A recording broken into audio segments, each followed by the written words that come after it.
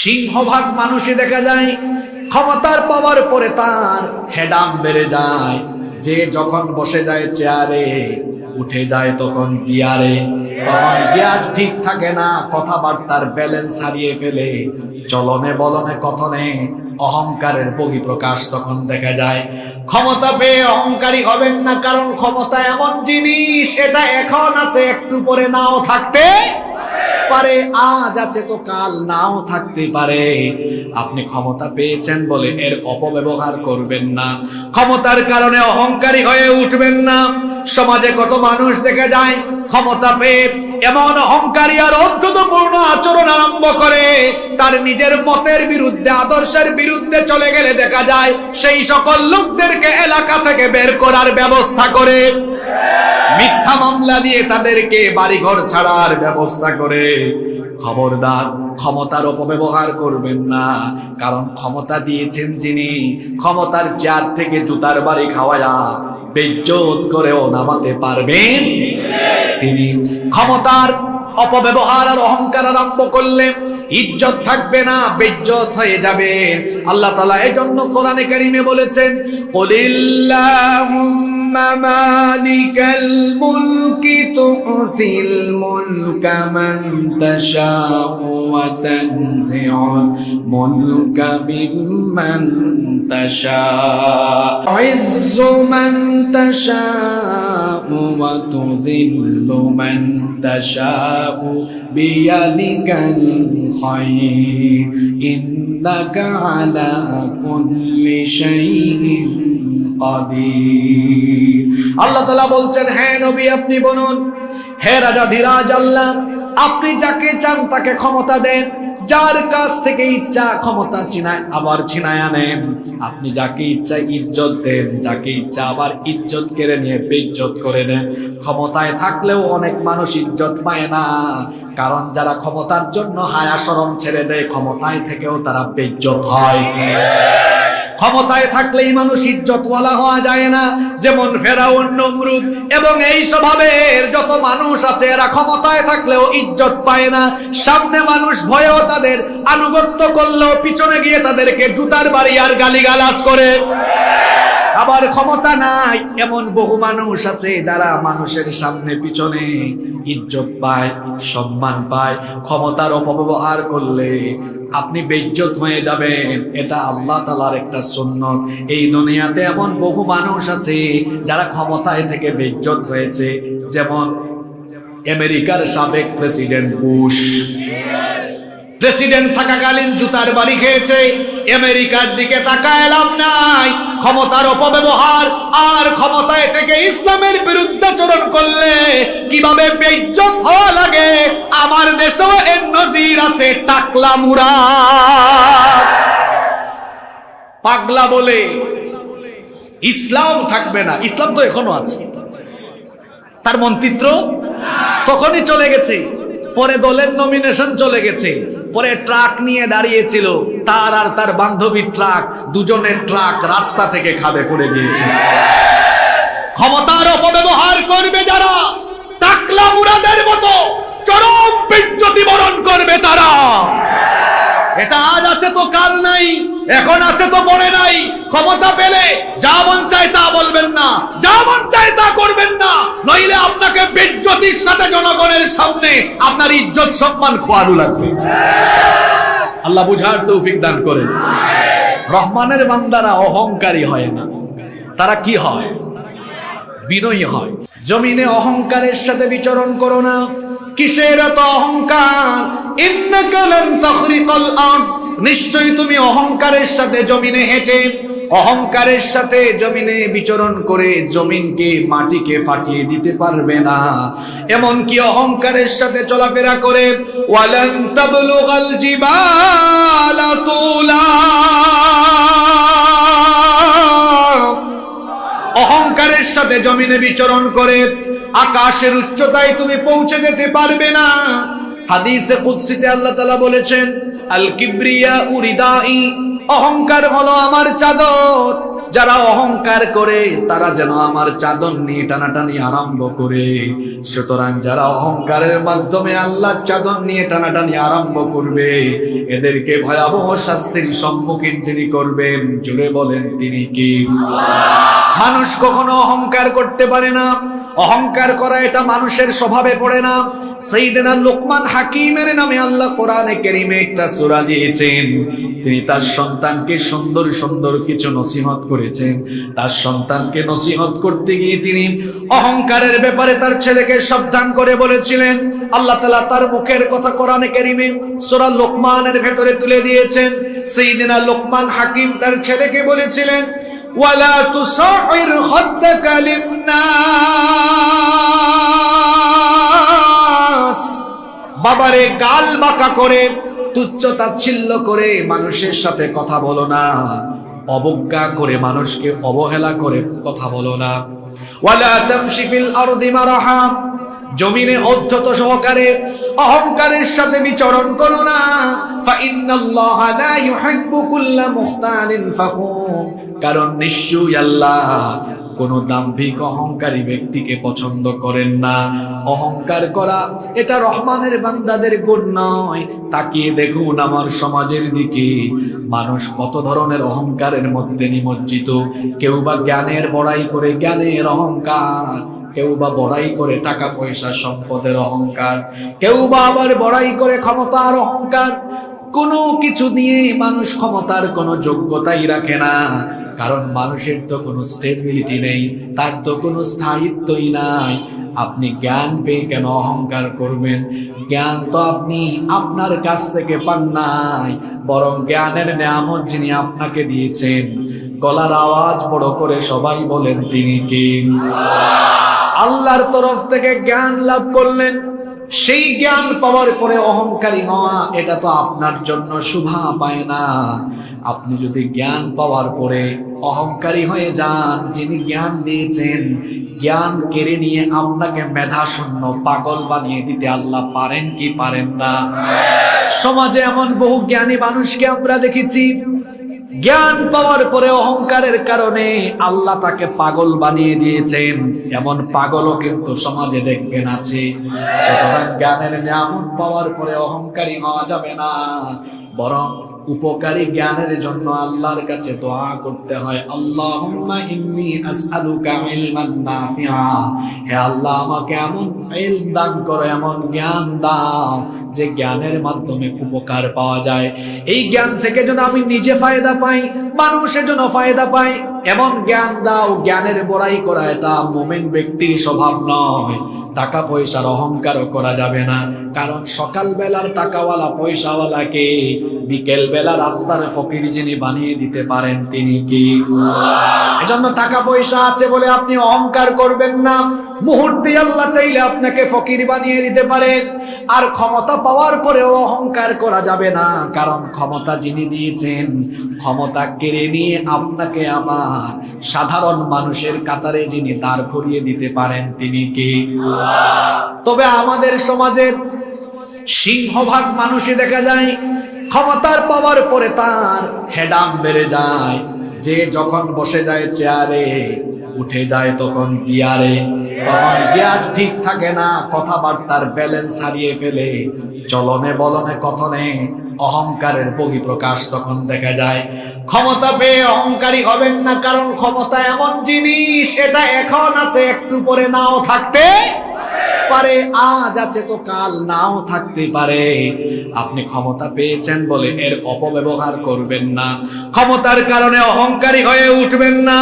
সমাজে কত মানুষ দেখা যায় ক্ষমতা পেয়ে এমন অহংকারী আর অদ্ভুতপূর্ণ আচরণ আরম্ভ করে, তার নিজের মতের বিরুদ্ধে, আদর্শের বিরুদ্ধে চলে গেলে দেখা যায় সেই সকল লোকদেরকে এলাকা থেকে বের করার ব্যবস্থা করে, মিথ্যা মামলা দিয়ে তাদেরকে বাড়িঘর ছাড়ার ব্যবস্থা করে। খবরদার, ক্ষমতার অপব্যবহার করবেন না, কারণ ক্ষমতা দিয়েছেন যিনি, ক্ষমতার চেয়ার থেকে জুতার বাড়ি খাওয়ায়া বেইজ্জত করেও নামাতে পারবেন তিনি। ক্ষমতার অপব্যবহার আর অহংকার আরম্ভ করলে ইজ্জত থাকবে না, বেইজ্জত হয়ে যাবে। আল্লাহ তাআলা এজন্য কোরআনে কারীমে বলেছেন, কুলিল্লাহুম্মা মালিকাল মুলকি তুতিল মুলকা মান তাশাউ ওয়া তানজিউল মুলকা মিম্মান তাশাউ ইজ্জু মান তাশাউ ওয়া তুযিল্লু মান তাশাউ বিয়াদিকাল খায়র ইন্নাকা আলা কুল্লি শাইইন কাদির। আল্লাহ তাআলা বলছেন, হ্যাঁ নবী আপনি বলুন, হে রাজাধিরাজ আল্লাহ, আপনি যাকে চান তাকে ক্ষমতা দেন, যার কাছ থেকে ইচ্ছা ক্ষমতা ছিনায় আনেন। আপনি যাকে ইচ্ছা ইজ্জত দেন, যাকে ইচ্ছা আবার ইজ্জত কেড়ে নিয়ে বেইজ্জত করে দেন। ক্ষমতায় থাকলেও অনেক মানুষ ইজ্জত পায় না, কারণ যারা ক্ষমতার জন্য হায়া শরম ছেড়ে দেয়, ক্ষমতায় থেকেও তারা বেইজ্জত হয়। ক্ষমতায় থাকলেই মানুষ ইজ্জতওয়ালা হওয়া যায় না। যেমন ফেরাউন, নমরুদ এবং এই স্বভাবের যত মানুষ আছে, এরা ক্ষমতায় থাকলেও ইজ্জত পায় না। সামনে মানুষ ভয়েও তাদের আনুগত্য করলেও পিছনে গিয়ে তাদেরকে জুতার বাড়ি আর গালিগালাজ করে। আবার ক্ষমতা নাই এমন বহু মানুষ আছে যারা মানুষের সামনে পিছনে ইজ্জত পায়, সম্মান পায়। ক্ষমতার অপব্যবহার করলে আপনি বেইজ্জত হয়ে যাবেন, এটা আল্লাহ তাআলার একটা সুন্নত। এই দুনিয়াতে এমন বহু মানুষ আছে যারা ক্ষমতায় থেকে বেইজ্জত হয়েছে। যেমন আমেরিকার সাবেক প্রেসিডেন্ট বুশ, প্রেসিডেন্ট থাকাকালীন জুতার বাড়ি খেয়েছে। আমেরিকার দিকে তাকায় লাভ নাই, ক্ষমতার অপব্যবহার আর ক্ষমতায় থেকে ইসলামের বিরুদ্ধাচরণ করলে কিভাবে বেইজ্জত হওয়া লাগে, আমার দেশেও এর নজির আছে। টাকলা মুরাদ পাগলা বলে ইসলাম থাকবে না, ইসলাম তো এখনো আছে, তার মন্ত্রিত্ব তখনই চলে গেছে, পরে দলের নমিনেশন চলে গেছে, পরে ট্রাক নিয়ে দাঁড়িয়েছিল, তার আর তার বান্ধবীর ট্রাক, দুজনের ট্রাক রাস্তা থেকে খাদে পড়ে গিয়েছে। ক্ষমতার অপব্যবহার করবে যারা, টাকলা মুরাদের মতো চরম বেইজ্জতি বরণ করবে তারা। এটা আজ আছে তো কাল নাই, এখন আছে তো পরে নাই। ক্ষমতা পেলে যা মন চায় তা বলবেন না, যা মন চায় তা করবেন না, নইলে আপনাকে বেইজ্জতির সাথে জনগণের সামনে আপনার ইজ্জত সম্মান খোয়ানো লাগবে। আল্লাহ বুঝার তৌফিক দান করেন। রহমানের বান্দারা অহংকারী হয় না, তারা কি হয়? বিনয়ী হয়। মান তাওয়াদা লিল্লাহি ফাকাদ রাফাহু আল্লাহ। যে ব্যক্তি বিনয়ী হয়, আল্লাহ তার ইজ্জত বাড়িয়ে দেন, তার সম্মান বাড়িয়ে দেন। কাউকে সম্মান দিলে আপনার সম্মান কমবে না। আপনি যদি মানুষকে সম্মান করেন, আপনাকেও মানুষের কাছে যিনি সম্মানিত বানিয়ে দিবেন তিনি কে?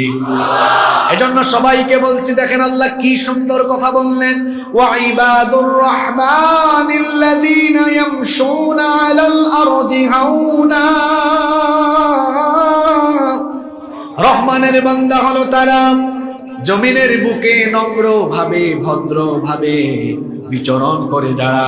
খবরদার চলনে বলনে কথনে কখনো যেন অভদ্রতার বহিঃপ্রকাশ না ঘটে।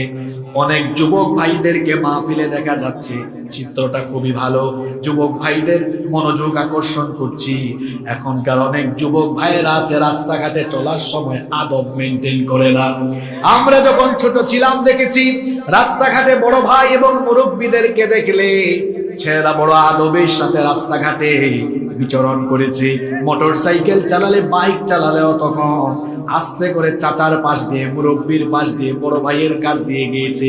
কিন্তু এখন কিশোর গ্যাং দেখা যায়, রাস্তাঘাটে মুরব্বী দেখলে, বড় ভাই দেখলে পাশ দিয়ে যাওয়ার সময় গিয়ার আরো বাড়ায়া যায়।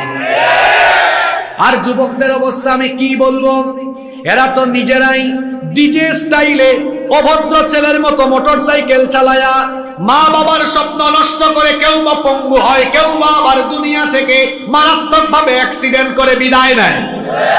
অভদ্রভাবে বাইক চালায়ও না। এই ঢাকা চিটাগং মহাসড়কে প্রতিনিয়ত এমন অ্যাক্সিডেন্ট দেখা যায়।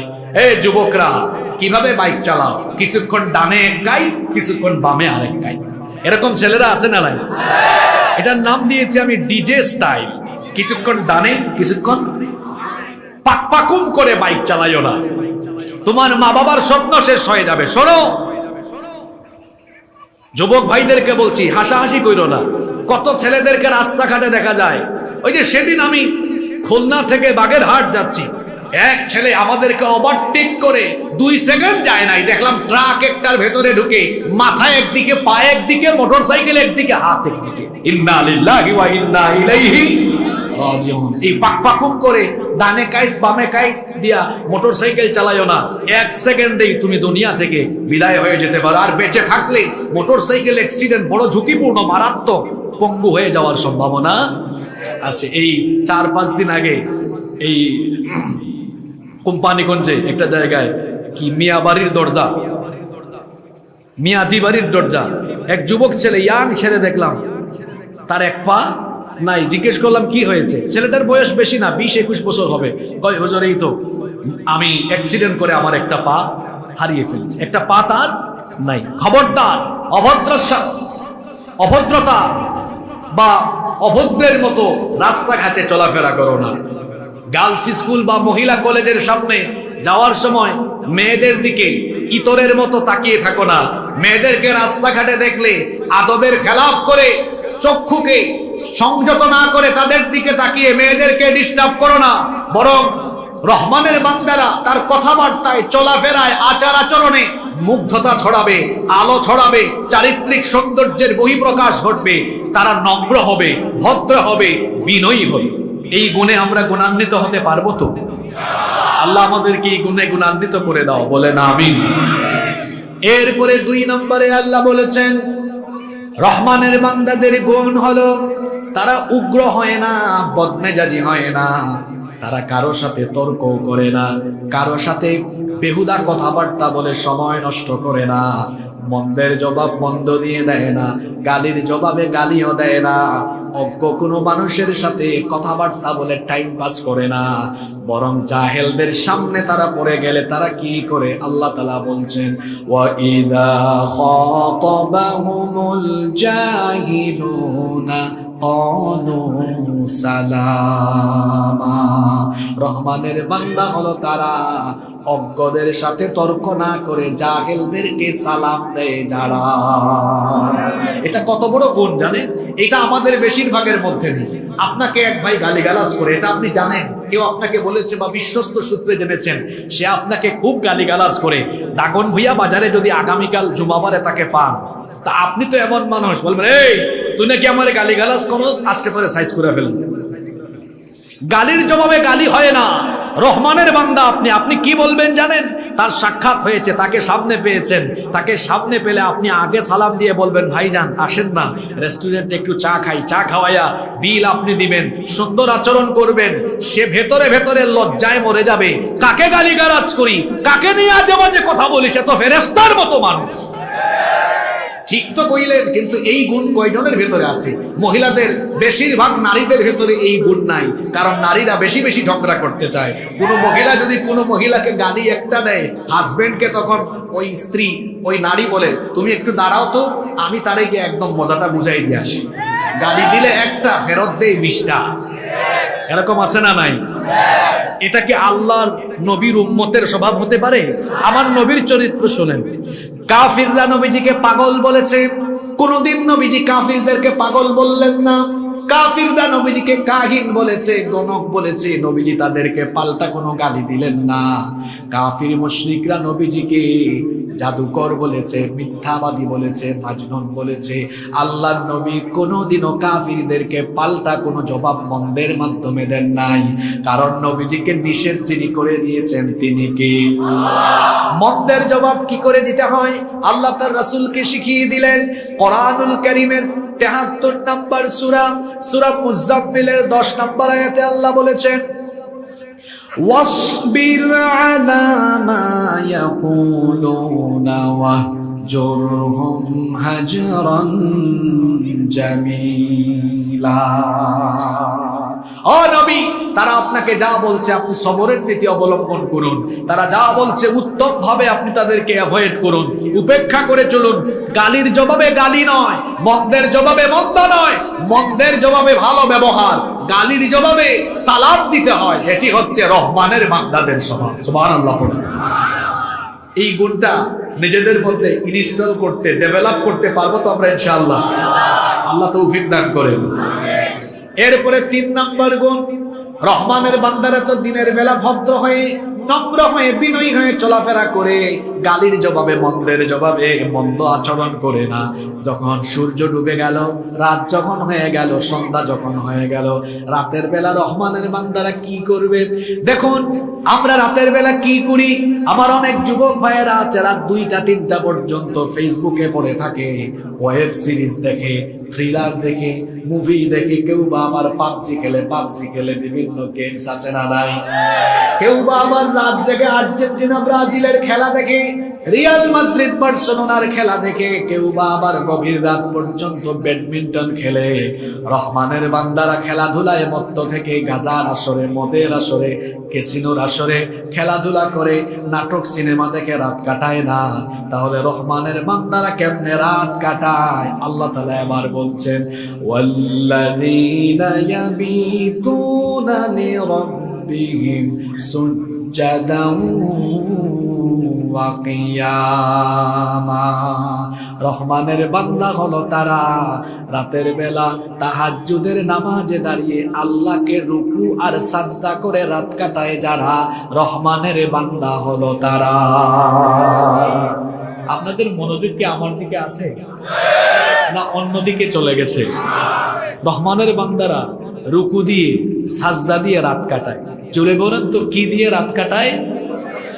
আরো জোরে বলেন। রুকু সাজদা দিয়ে রাত কাটায়।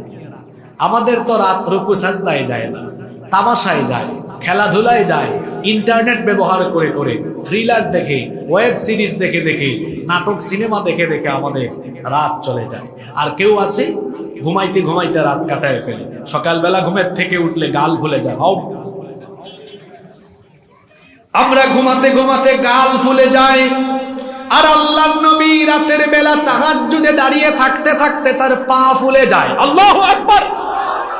আমাদের মা আম্মা জানা আয়েশা রাদিয়াল্লাহু আনহা বলেছেন, কানা ইয়াকুমু মিনাল লাইলি হাত্তা তানফাতারা কাদামা।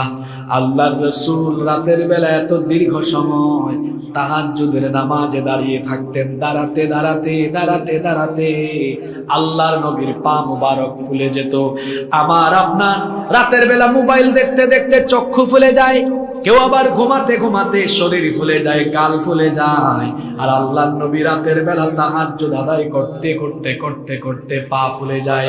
তাহাজ্জুদের নামাজ হলো আল্লাহর প্রিয় বান্দাদের, নেককার এবং বুজুর্গ ব্যক্তিদের সিক্রেট আমল। এজন্য আল্লাহর নবী বলেছেন, আলাইকুম বিকিয়ামিল লাইল। রাতের নামাজ, তাহাজ্জুদের নামাজকে তোমরা তোমাদের আমল বানিয়ে নাও। ফা ইন্নাহু দাবুস সালিহিনা মান ক্বাবলাকুম। কারণ এটা ছিল তোমাদের পূর্ববর্তী সকল নেককার ব্যক্তিদের আমল। যদি এই আমল নিজের মধ্যে ডেভেলপ করতে পারো, আল্লাহর নবী বললেন, ওয়া হুয়া কুরবাতুন ইলা রাব্বিকুম। এই আমল তোমাকে তোমার রবের নিকটবর্তী নৈকট্যশীল বান্দা বানিয়ে দিবে। রাতের আধারে যারা সিজদাতে রয়, দু চোখের অশ্রুতে নদী যেন বয়। রাতের আধারে যারা সিজদাতে রয়, দু চোখের অশ্রুতে নদী যেন বয়। ছলনার হাত ছানি যতই আসুক, পেছনে ফিরেও তাকায় না, পেছনে ফিরেও তাকায় না।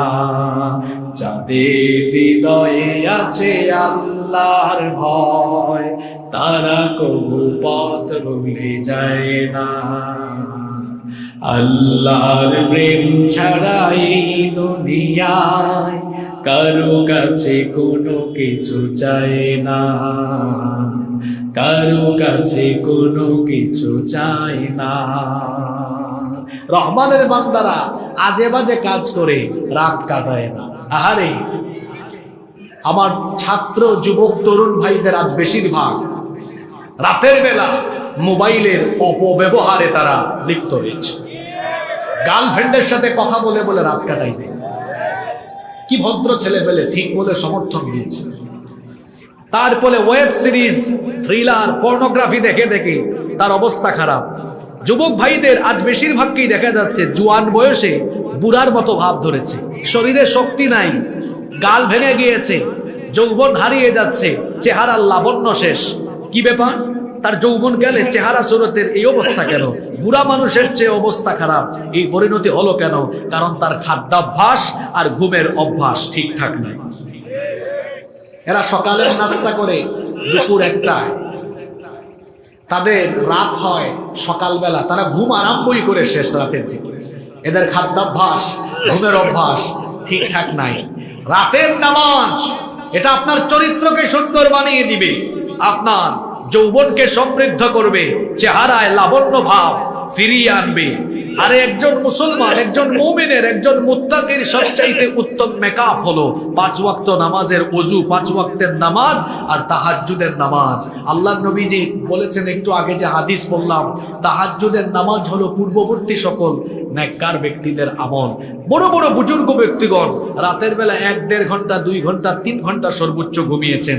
তারপরেও আল্লাহর বান্দাদের চেহারার দিকে তাকালে মনেই হয় না এরা এত কম ঘুমায়। চেহারার দিকে তাকালে মনে হয় চেহারা থেকে যেন নূর ঝরে পড়ছে। সুবহানাল্লাহ। আর যারা মোবাইল দিয়ে রাত কাটায়, নামাজ তো নাই, তাহাজ্জুদ নাই, মোবাইল দিয়ে রাত কাটায়, পাবজি খেলে রাত কাটায়, দেখবেন দিনের বেলা চেহারার দিকে তাকানোও যায় না, চেহারা চুলের মতো হয়ে যায়। আল্লাহওয়ালা মানুষদের চেহারায় একটা নুরানি ঝলক থাকে, চেহারা কালো হলেও একটা আলো থাকে, একটা মায়া থাকে। বুজুর্গ ব্যক্তি, আল্লাহওয়ালা আমলদার ব্যক্তিগুলো, এরা কম পয়সা থাকলেও, ভালো ভালো খাইতে না পারলেও, টাকা পয়সাও বেশি নাই, রাতে বেশি ঘুমায়ও না, শুধু তাহাজ্জুদ পড়ে, চেহারাটা দেখলে মনে হয় যেন চেহারা থেকে নূর ঝরছে। আর অনেককেই দেখবেন সবসময় আজে বাজে কাজে লিপ্ত, ওইদিকে চলার সময় এসি গাড়িতে চলাফেরা করে, এসি বাড়িতেও থাকে, টাকা পয়সার অভাব নাই, ভালো ভালো খাবার দাবারও খায়, তারপরেও চেহারাটা যখন মানুষ দেখে, দেখতে তারে যেমন দেখা যায় কেমন জানি চোর আর ডাকাতের মতো লাগে। খায় তো আলগা পয়সা, মাইন্সের মাল, চুরি করে, লুটপাট করে, দুর্নীতি করে। এই জন্যই হারাম করে, হারামের চিহ্ন, গুনাহের চিহ্ন তার চেহারার মধ্যেও ফুটে উঠেছে। তাহাজ্জুদের নামাজ নিজের আমল বানিয়ে নিন। রহমানের বান্দারা রাত তামাশা করে করে কাটায় না, সাজদা দিয়ে দিয়ে তারা রাত কাটিয়ে দেয়।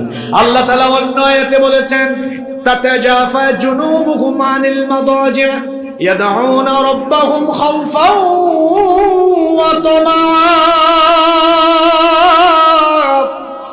রাতের বেলা বিছানা থেকে তাদের পিঠ আলাদা হয়ে যায়, ভয় এবং আশার সাথে আল্লাহকে তারা ডাকতে থাকে। জান্নাতি মুমিন মুত্তাকিদের স্বভাব হলো কানু কালিলাম মিনাল লাইলি মা ইয়াহজাউন, রাতের বেলা এরা খুব কম সময় ঘুমায়। ওয়া বিল আসহারি হুম ইস্তাগফিরুন, ইস্তিগফার করে করে রাত কাটায় যারা, আল্লাহর প্রিয় রহমানের বান্দা হলো তারা। রাতের বেলা তাহাজ্জুদ আর কি পড়বেন? আপনার তো 5 ওয়াক্ত নামাজেরও খবর নেই। প্যান্ডেলে তো জায়গা হয় না ওয়াজ মাহফিলে, তাফসিরুল কোরআন মাহফিলে, কিন্তু এশার নামাজে, ফজরের নামাজে যে এলাকায় মাহফিলের আয়োজন হয়, মাঝে মাঝে কোনো কোনো এলাকায় এটাও দেখা যায় রাত 12টা-1টা পর্যন্ত সবাই মাহফিলে হাজির। সকালবেলা মাহফিলের স্বেচ্ছাসেবকরাও ফজরের জামাতে হাজির। ইসলামের সবচেয়ে বড় ইবাদত ওয়াজ না নামাজ? জোরে বলেন। আহা, আপনি যেন আল্লাহকে সাজদা দেন, আল্লাহ 5 ওয়াক্ত নামাজ দিলেন, একটা সাজদাও দেন না প্রত্যেক দিন। ইবলিস আল্লাহকে সাজদা দেয় নাই কয়টা? পুরুষ মানুষের মতো জবাব দেন, ইবলিস আল্লাহকে সাজদা দেয় নাই কয়টা? একটা না দিয়ে কি হয়েছে? শয়তান হয়েছে, মারদুদ হয়েছে, মালউন হয়েছে, কাফির হয়েছে। এজন্য আল্লাহ বলেছেন, ওয়া ইয কুলনা লিল মালাইকাতি ইসজুদু লিআদামা ফাসাজাদু ইল্লা ইবলিস আবা ওয়াস্তাকবারা ওয়া কানা মিনাল কাফিরিন। স্মরণ করো যখন ফেরেশতাদেরকে বলা হয়েছিল আদমকে সাজদা দাও, ইবলিস ছাড়া সবাই সাজদা দিয়েছে। ইবলিস আল্লাহর হুকুম অমান্য করে, অগ্রাহ্য করে, অহংকারের সাথে এই আদেশ অমান্য করার কারণে কানা মিনাল কাফিরিন, সে কাফির হয়ে গেল। ইবলিস একটা সাজদা না দিয়ে কাফের হয়ে গেল, আর আপনি প্রত্যেকদিন 5 ওয়াক্ত এতগুলা সাজদা নামাজের ভেতরে একটাও দেন না। ইবলিস একটা সাজদা না দিয়ে কাফের হয়ে গেল, আর আপনি প্রতিদিন আল্লাহকে সাজদা দেন না। আপনি কোন জায়গায় আছেন? নিজের বিবেককে প্রশ্ন করেন। অনেকে বলে, হুজুর আমি জায়গা মতোই আছি, আমি খুব ব্যস্ত মানুষ, তো নামাজ ঠিক মতো পড়তে পারি না। ইমান ঠিক আছে, ইমান থাকলে তো ইমান ঠিক থাকবে, আপনার ইমানই তো না, এটা ঠিক থাকে আবার কেমনে? নবীজি বলেছেন, যার মধ্যে নামাজ নাই তার মধ্যে ইমানই, আপনার ইমান থাকলে না এটা ঠিক থাকবে। আল্লাহর নবী বলেছেন, মান তারাকাস সালাতা মুতাআম্মিদান ফাকাদ কাফারা জিহারান, যে ব্যক্তি ইচ্ছা করে নামাজ ছেড়ে দেয় সে সরাসরি আল্লাহর সাথে কুফরি করে, জান্নাতের গন্ধ পাবেন না যদি নামাজ আপনার ঠিকঠাক না থাকে। এজন্য আল্লাহকে সাজদা দেন। আল্লাহর নবী বলেছেন, আকরাবু মা ইয়াকুনু বিহিল আবদু মির রাব্বিহি ওয়া হুয়া সাজিদুন, বান্দা যখন আল্লাহকে সাজদা দেয় তখন বান্দা আল্লাহর একেবারে কাছাকাছি চলে যায়। আল্লাহর কাছাকাছি হতে হলে, আল্লাহর প্রিয় হতে হলে সাজদা দেওয়া লাগবে। 5 ওয়াক্তের সাজদা ঠিক করে আল্লাহর প্রিয় বান্দা হতে হলে আপনাকে তাহাজ্জুদের আমল নিজের মধ্যে ডেভেলপ করতে হবে। আল্লাহ তাআলা এই গুণে আমাদেরকে গুণান্বিত হওয়ার তৌফিক দান করেন। সবাই বলেন আমিন। কয়টা গুণের কথা বলেছি? এটা কি দেখেন আপনারা? এটা জীবনে দেখেন নাই? কয়টা গুণের কথা বলেছি? কয়টার কথা বলেছি? বলে ফেলছি কয়টা? জোরে বলেন, আরো জোরে বলেন। 3টা। কয়টা বলেছি? একটু পরে পড়া আদায় করবো কিন্তু। নাম্বার 4, 4 নাম্বার, রহমানের বান্দা হলো তারা ইবাদত গুজার হওয়ার পরেও অহংকারী হয় না যারা। আমাদের সমাজে এমন বহু মানুষ আছে, ইবাদত গুজারি হয়ে যাওয়ার পরে তার মনের মধ্যে অহংকার চলে আসে। 5 ওয়াক্ত নামাজ ঠিক আছে, তাহাজ্জুদ ঠিক আছে, হাজী সাহেব হজও করে ফেলেছেন, যাকাতও দেন, রমজান মাসে রোজা রাখেন, মনে মনে ভাবেন আমার জান্নাত আর কে ঠেকায়, আমি এত আমলদার মানুষ। আল্লাহ তাআলা সূরা ফুরকানের মধ্যে বলেছেন, রহমানের বান্দার বৈশিষ্ট্য হলো ইবাদত গুজারি হওয়ার পরেও তার মনের মধ্যে অহংকার আসে না, বরং ইবাদত গুজার হওয়ার পরেও আল্লাহর জাহান্নামের আযাব থেকে বাঁচার জন্য আল্লাহর কাছে তারা দোয়া করে। কারণ তারা ভালো করেই জানে, ইবাদত দিয়ে আমল দিয়েই শুধু জান্নাত পাওয়া যায় না, বরং জান্নাত পাওয়ার জন্য ইবাদতের সাথে আল্লাহর রহমেরও দরকার আছে না নাই?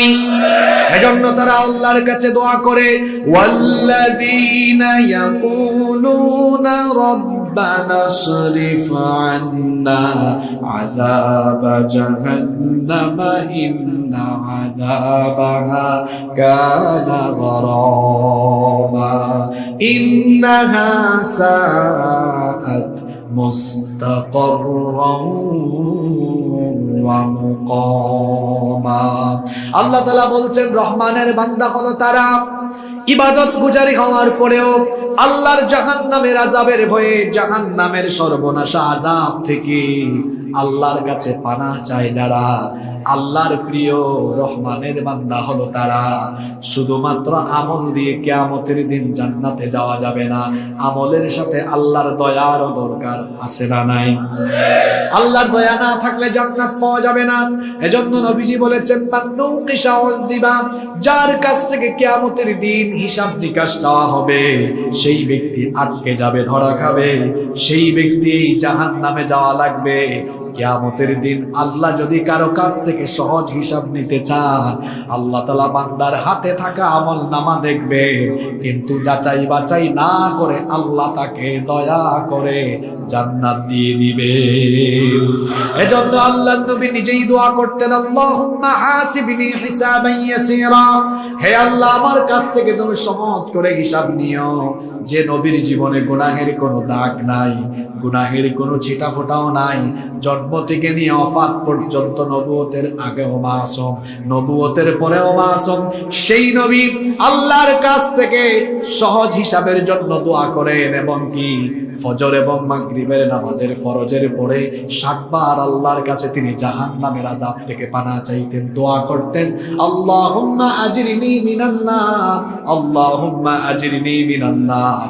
তো যেই নবীর জন্য জান্নাত অবধারিত সেই নবী সহজ হিসাবের জন্য জান্নাত জাহান্নামের আগুন থেকে বাঁচার জন্য দোয়া করতেন। উম্মত হিসাবে আমাদেরকেও আরো বেশি দোয়া করার দরকার আছে না নাই? এজন্য আল্লাহ বলছেন রহমানের বান্দা হলো তারা জাহান্নামের আযাব থেকে আল্লাহর কাছে পানাহ চায় যারা। রহমানের বান্দাদের 5 নাম্বার স্বভাব হলো, রহমানের বান্দা হলো তারা কৃপণতা এবং অপব্যয় করে না যারা। রহমানের বান্দারা কিপটা হয় না। আমাদের সমাজের মধ্যে কৃপণ মানুষ আছে না নাই? অনেক মানুষ আছে না কৃপণ, আল্লাহ তাকে অনেক টাকা পয়সা দিয়েছেন, এরপরেও ছেঁড়া কাপড় চোপড় গায়ে দেয়, ছেঁড়া কাপড় চোপড় গায়ে দিয়ে হাঁটে। টাকা পয়সা আছে কিন্তু বাজার থেকে ভালো মাছ ভালো শাকসবজি কিনে আনবে না, ভালো খাবে না, টাকা পয়সা জমায়ে রাখবে। যারা কৃপণতা করে টাকা পয়সা জমিয়ে রাখে, নিজের স্বাস্থ্যকেও নিজের শরীরকেও যারা ভালো কিছু দেয় না, শরীরের হক আদায় করে না, এই কিপটামি করে জমিয়ে রাখা সম্পদগুলো আবার শেষ বয়সে স্বাস্থ্য রক্ষায় শরীর রক্ষায় সব শেষ হয়ে যাবে, কোনো ফায়দা হবে না। এজন্য আল্লাহ যেটা দিয়েছেন আপনি আল্লাহর নেয়ামতের বহিঃপ্রকাশ ঘটান। আল্লাহ তাআলা টাকা পয়সা দিয়েছেন, যতটুকু আছে ততটুকুর আলোকে আপনি এমন ভাবে চলাফেরা করেন যাতে আল্লাহর নেয়ামতের বহিঃপ্রকাশ ঘটে, যে আল্লাহ আমাকে দিয়েছেন, আল্লাহর নেয়ামত আমি ভোগ করছি। কৃপণতা করা যাবে না, আবার অপব্যয়ও করা যাবে না। আপনাকে আল্লাহ টাকা পয়সা দিয়েছেন বলে নাচের আসরে গানের আসরে টাকা একটু আসে বলেই বাড়িতে ওয়াইফাই লাগাইয়া আজে বাজে জিনিস দেখতে পারবেন না, কারণ আপনি তো আল্লাহর বান্দা, আল্লাহর আনুগত্য আপনার মধ্যে থাকবে। টাকা পয়সা আছে বলে হারাম কাজে বাজে কাজে আপনি পয়সা খরচ করতে পারেন না, কারণ রহমানের বান্দারা কৃপণও হয় না, তারা অপব্যয়কারীও হয় না। তাহলে রহমানের বান্দারা কি হয়? আল্লাহ তাআলা বলছেন ওয়াল্লাযীনা ইযা আনফাকু লাম ইয়াকতুরু ওয়া লাম ইউসরিফু ওয়া কানা বাইনা যালিকা কাওয়ামা। আল্লাহ তাআলা বলছেন আল্লাযীনা ইযা আনফাকু লাম ইউসরিফু ওয়া লাম ইয়াকতুরু ওয়া কানা বাইনা যালিকা কাওয়ামা। রহমানের বান্দা হলো তারা খরচ করার সময় কৃপণতা এবং অপব্যয় করে না যারা। রহমানের বান্দারা কৃপণ হয় না, অপব্যয়কারীও হয় না, মাঝামাঝিতে তারা থাকে, অর্থাৎ মধ্যম পন্থা অবলম্বন করে। এজন্য আল্লাহ বলেছেন ওয়া কানা বাইনা যালিকা কাওয়ামা, তারা মধ্যম পন্থার নীতি অবলম্বন করে, কৃপণ হয় না, অপব্যয় করে না, বরং মাঝামাঝিতে থাকে। আল্লাহ যেটা দিয়েছেন সেটা খরচ করে নিজের আর নিজের পরিবারের জন্য, বাকি যেটুকু থাকে সম্পদ জমায় না, কারণ সম্পদ জমালে আফসোস করতে হবে। আল্লাহ সূরা হুমাযার মধ্যেও বলেছেন আল্লাযী জামা মালান ওয়া আদ্দাদা ইয়াহসাবু আন্না মালাহু আখলাদা, মাল সম্পদ জমিয়ে সে ধারণা করে এটা তার চিরস্থায়ী হবে, কিন্তু টাকা পয়সা ধন সম্পদ কারো জন্য চিরস্থায়ী হয়? করোনাকালীন সময়ে যমুনা গ্রুপের মালিক মারা গিয়েছে, হাজার হাজার কোটি টাকা তার অ্যাকাউন্টে ছিল, কত ধন সম্পদ হয়তো তার নিজের কাছেও জানা নাই। সেই সকল ধন সম্পদ রেখে সাধারণ মানুষ যেভাবে কবরে যায় সেও সেভাবে কবরে গিয়েছে। আমাদের সাথে টাকাও যাবে না, পয়সাও যাবে না, বাড়ি গাড়ি কিছুই যাবে না। এজন্য আল্লাহ বলছেন যারা বুদ্ধিমান, যারা মুমিন ব্যক্তি, যারা আল্লাহর প্রিয় বান্দা, তারা কৃপণতা করে না, অপব্যয় করে না, নিজের আর নিজের পরিবারের জন্য যেটুকু দরকার খরচের পরে বাকিটুকু যার পথে দান করে দেয়। জোরে বলেন তিনি কি? আস্তে বলবেন না, জোরে বলেন তিনি কি? এজন্য রব্বুল আলামিন কোরআনুল কারীমের 17 নম্বর সূরা, সূরা বনী ইসরাঈলের 29 নম্বর আয়াতে বলছেন ওয়ালা তাজআল ইয়াদাকা মাগলুলাতান ইলা উনুকিকা ওয়ালা তাবসুতহা কুল্লাল বাসতি ফাতাকউদা মালুমান মাহসুরা। তুমি তোমার হাতকে ঘাড়ে উঠায় ফেলো না, আবার এত বেশি প্রশস্ত করে দিও না যাতে করে তোমার সকল ধন সম্পদ শেষ হয়ে যায়। অর্থাৎ কৃপণ হয়ে হাতটাকে তুমি ঘাড় পর্যন্ত উঠায় রেখো না, আবার দিতে দিতে সব দিয়ে দিও না। আল্লাহ তাআলা সুন্দর একটা নীতি শিখালেন, মধ্যম পন্থার নীতি অবলম্বন করো। ওই যে একটু আগে বললাম, যতটুকু আল্লাহ দিয়েছেন নিজের আর নিজের পরিবারের জন্য খরচ করার পরে টাকা পয়সা না জমায়া বাকিটুকু খরচ করে দিতে হবে কার পথে? কথা শুনতেছেন না ঘুমায় যাচ্ছে? তাহলে আল্লাহর পথে খরচ করতে রাজি আছেন তো সবাই? কারা কারা রাজি আছেন দেখে হাত তুলেন তো। হাত কেউ নামাবেন না। আল্লাহর পথে খরচ করতে সবাই রাজি, ভালো করে হাত তুলেন। কি জাতের রাজি? আজকে ওয়াজ বাস্তবে এখানে জায়গায় বসে আমল হবে। যান, স্বেচ্ছাসেবক ভাইরা ব্যাগ নিয়ে ঢুকেন তো। এই মসজিদের উদ্যোগে মাহফিলের আয়োজন হয়েছে, মসজিদে আমাদের সৎকার পয়সাগুলো যাবে। কারণ রহমানের বান্দারা কিপটা না, তারা অপব্যয় করে না, তারা দান করে। জোরে বলেন, কি করে? আর মসজিদে দান করা, মসজিদ হচ্ছে আল্লাহর সবচাইতে প্রিয় জায়গা, বাজার হলো সবচাইতে নিকৃষ্ট জায়গা। ব্যাগ যাচ্ছে, আপনারা ভাবিয়েন না ওয়াজ মনে হয় শেষ। রহমানের বান্দাদের গুণ কয়টা? 12টা। বলছি কয়টা? 5টা। ওই মাঝখানে একটা ক্লাস টেস্ট হচ্ছে আর কি। এটা কি হচ্ছে? হাত নামায় ফেলেন, হাত নামায় ফেলেন, হাত নামাইয়া পকেটে ঢুকায় রাখেন। মানুষের পকেটে ঢুকায় রাখেন না, নিজের পকেটে ঢুকান। এটা একটা টেস্ট চলছে যে আমরা ওয়াজ শুনতেছি, আমলও করছি। কিছুক্ষণ পরে ফাইনাল হবে, তবে ফাইনালটা কিভাবে হবে এটা এখন বলা যাবে না, ভয় পাইয়েন না। ফাইনাল মানে আবার সবার কাছ থেকে টাকা পয়সা লুট করে রেখে দেওয়া হবে না, বরং ফাইনালটা একটু ইলমি মুযাকারার মাধ্যমে শেষ হবে ইনশাআল্লাহ। তাহলে আমরা কয়টা বলেছি? জোরে বলেন, কয়টা?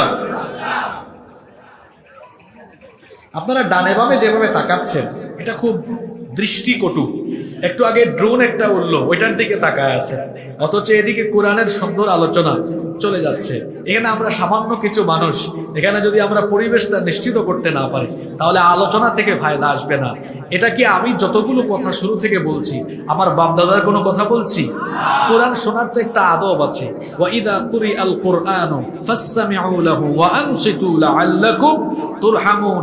যখন কোরআন থেকে আলোচনা হবে তখন মনোযোগের সাথে শুনতে হবে, আর ওয়া আনসিতু চুপচাপ হয়ে যেতে হবে।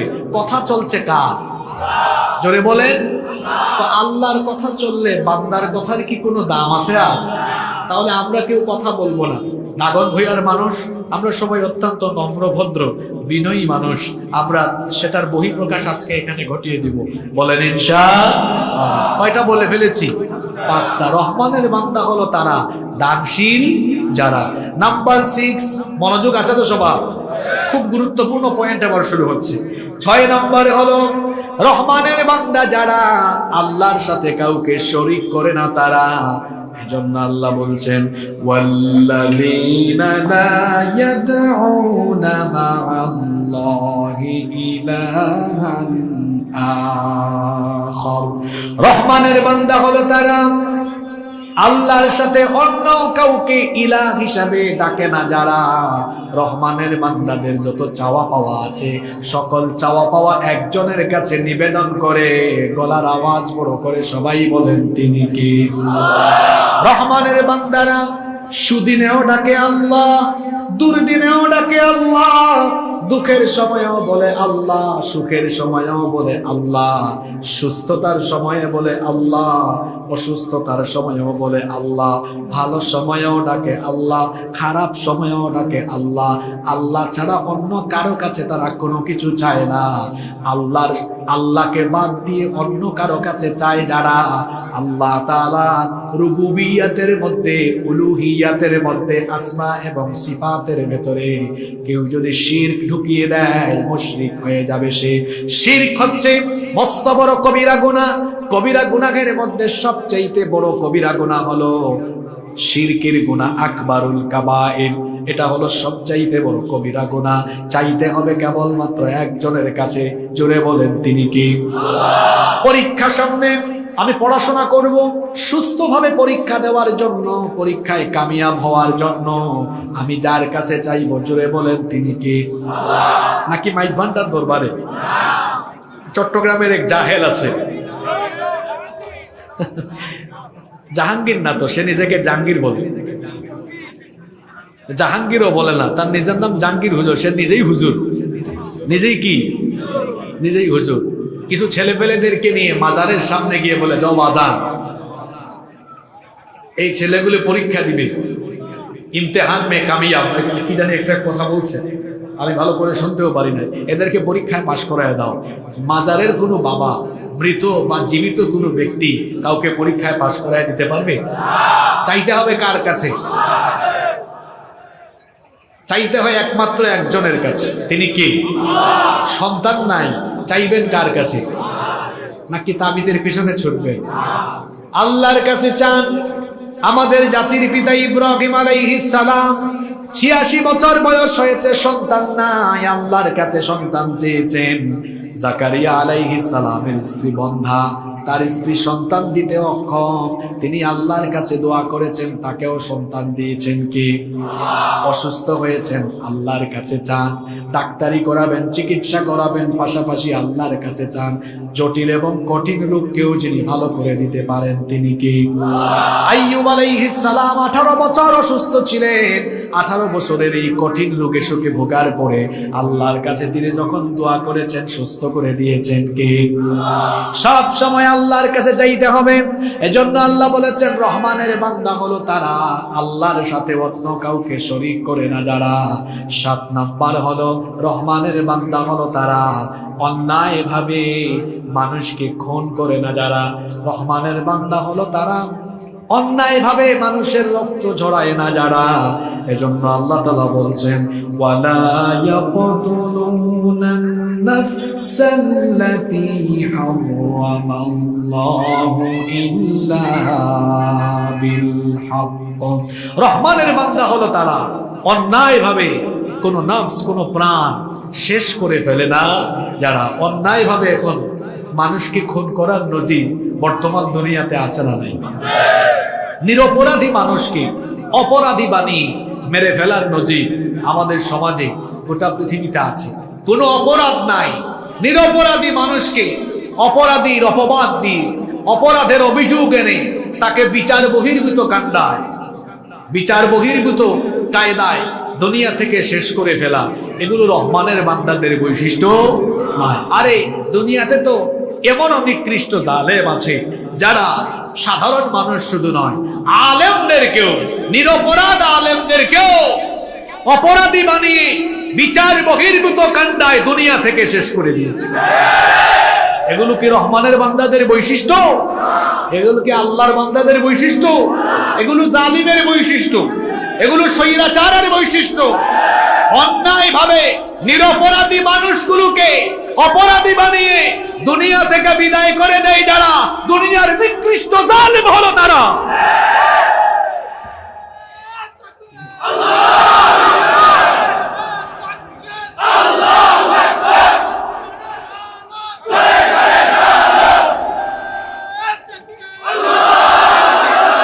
দুনিয়াতে অপরাধীকে, দুনিয়াতে নিরপরাধীকে অপরাধী বানায়া মেরে ফেলার সুযোগ আছে, বিচারের নামে অবিচারের সুযোগ আছে, কিন্তু কিয়ামতের দিন সেটা আর হবে।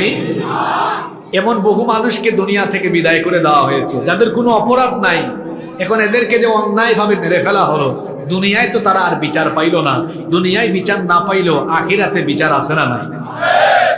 হাদিসের মধ্যে এসেছে, আল্লাহর নবী বলেছেন, কিয়ামতের দিন আল্লাহ তাআলা যখন বিচার আরম্ভ করবেন তখন 2টা হকের বিচার হবে। হাসরের ময়দানে কয়টা হকের বিচার হবে? একটা হলো হাক্কুল্লাহ, আরেকটা হচ্ছে হাক্কুল ইবাদ। একটা আল্লাহর হক, আরেকটা বান্দার হক। আল্লাহ তাআলা তার নিজের হকের বিচার আরম্ভ করবেন নামাজ দিয়ে। নিজের হকের বিচার আরম্ভ করবেন কি দিয়ে?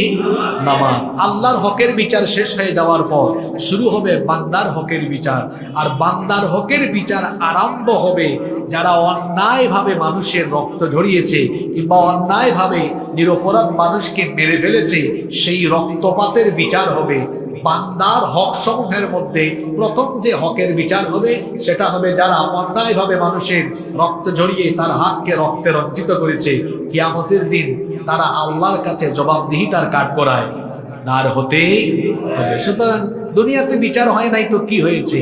দুনিয়াতে আপনার পাওয়ার আছে, ক্ষমতা আছে বলে আপনি জোর করে প্রেসার ক্রিয়েট করে ভালো মানুষকে খারাপ বানায়া, নিরপরাধীকে অপরাধী বানায়া আপনি মেরে ফেলতে পারবেন, কিন্তু কিয়ামতের দিন কারো কোনো ক্ষমতা চলবে না। রহমানের বান্দারা অন্যায় ভাবে মানুষের রক্ত ঝরায় না। আরে আমার সমাজেই তো কত জালিম আছে যারা অন্যায় ভাবে মানুষের রক্ত ঝরায়, অন্যায় ভাবে মানুষকে কষ্ট দেয়। খবরদার, সাবধান হয়ে যান, অন্যায় ভাবে মানুষকে কষ্ট দিয়েন না।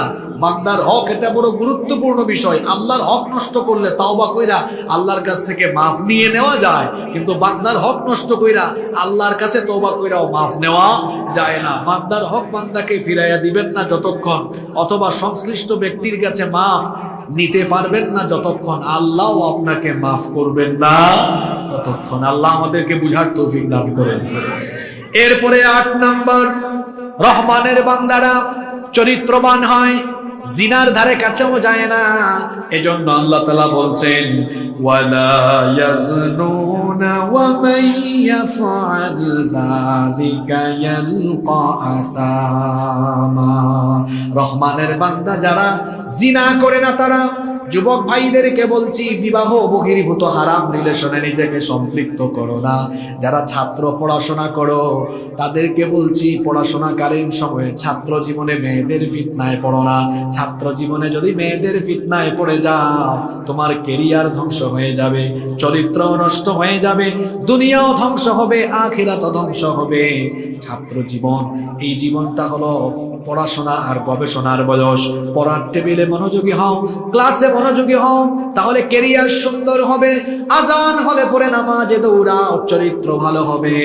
পড়াশোনা মনোযোগ দিয়ে করে যদি কেরিয়ারটা সুন্দর করতে পারো, নামাজি হয়ে যদি চরিত্রবান হতে পারো, তুমি যদি সুন্দর কেরিয়ার আর সুন্দর চরিত্র এস্টাবলিশ করতে পারো, কোনো মেয়ের পিছনে তোমার ঘুরঘুর করা লাগবে না।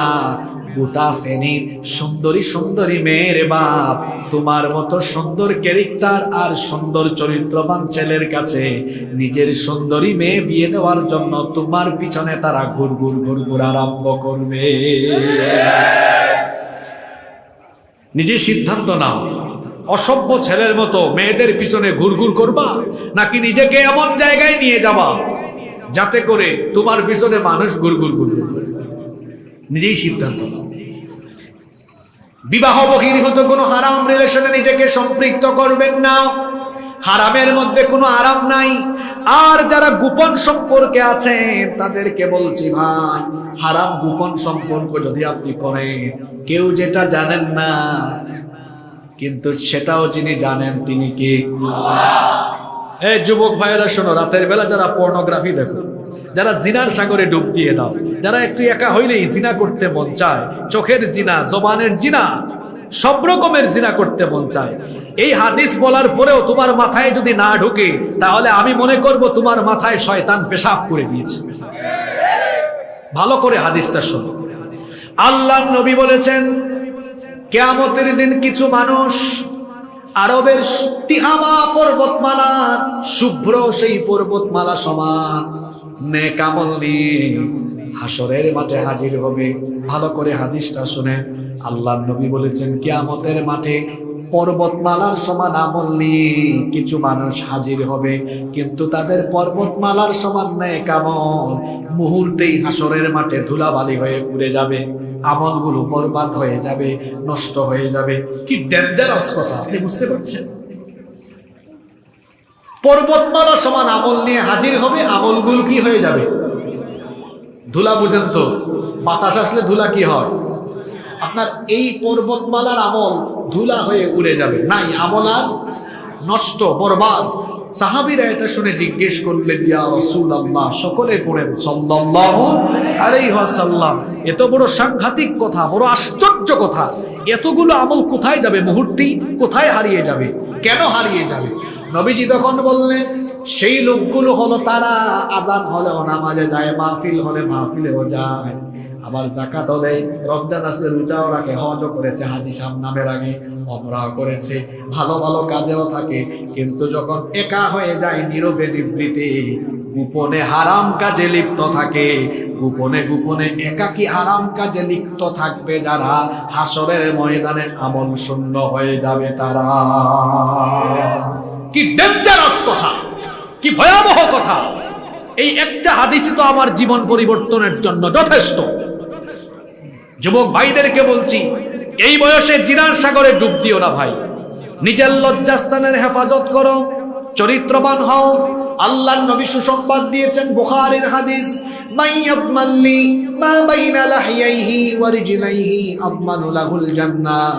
নবীজি বলেছেন, যে ব্যক্তি তার দু চুয়ালের মধ্যবর্তী জায়গা অর্থাৎ জিহবা এবং দু উরুর মধ্যবর্তী জায়গা অর্থাৎ লজ্জাস্থান এর হেফাজত যারা করবে, চরিত্র যারা ঠিকঠাক রাখবে, চরিত্র যারা সুন্দর করবে, আমি আল্লাহর নবী কাল কিয়ামতের দিন তার জন্য জান্নাতের জিম্মাদার হয়ে যাব।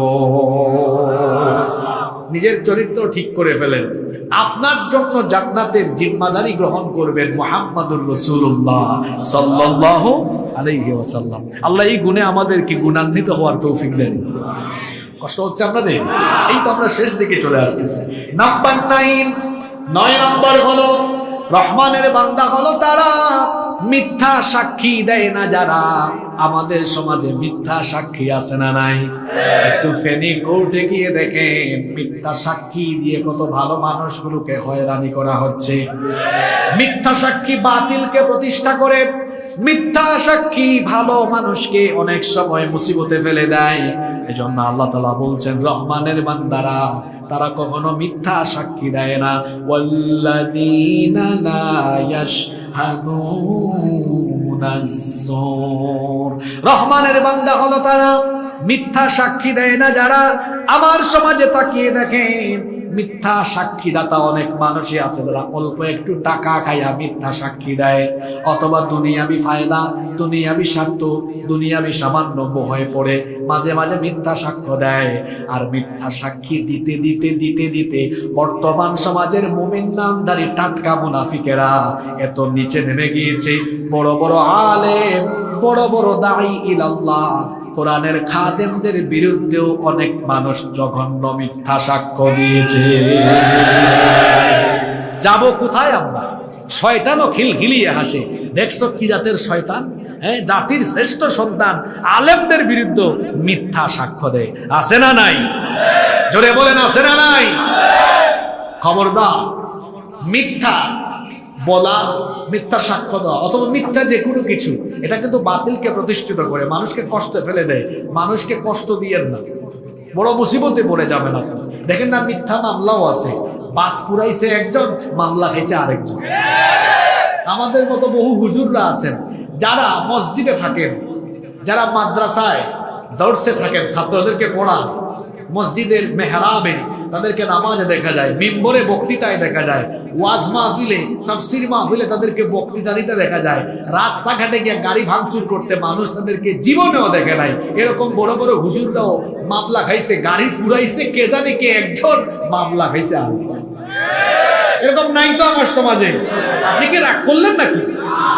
অপরাধ করেছে একজন, ধর্ষণ করেছে একজন, ফেসে গেছে আরেকজন, অপরাধ করে একজন, সাজা পাইছে আরেকজন। মাঝখান দিয়া মিথ্যা তথ্য দিয়ে, মিথ্যা সাক্ষ্য দিয়ে বাতিলকে প্রতিষ্ঠা করে, জালিমের মসনদকে মজবুত করে, অন্যদিকে নিরপরাধ মানুষগুলোকে মজলুম বানিয়ে শেষ করে ফেলা হয়েছে। খবরদার, মিথ্যা সাক্ষ্য বা মিথ্যার ধারে কাছেও থাকবেন না।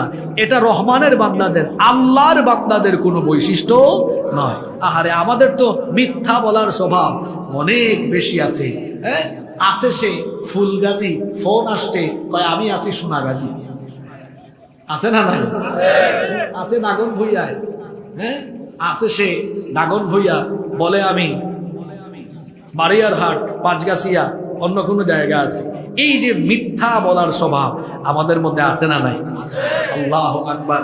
মিথ্যা বলা এটা তো কোনো মুমিন ব্যক্তির স্বভাব হতে পারে না। আমরা মিথ্যা বলবো না, মিথ্যা সাক্ষ্যও দিব না। আল্লাহ আমাদেরকে তৌফিক দেন, আল্লাহ আমাদেরকে সত্যবাদী বানিয়ে দেন।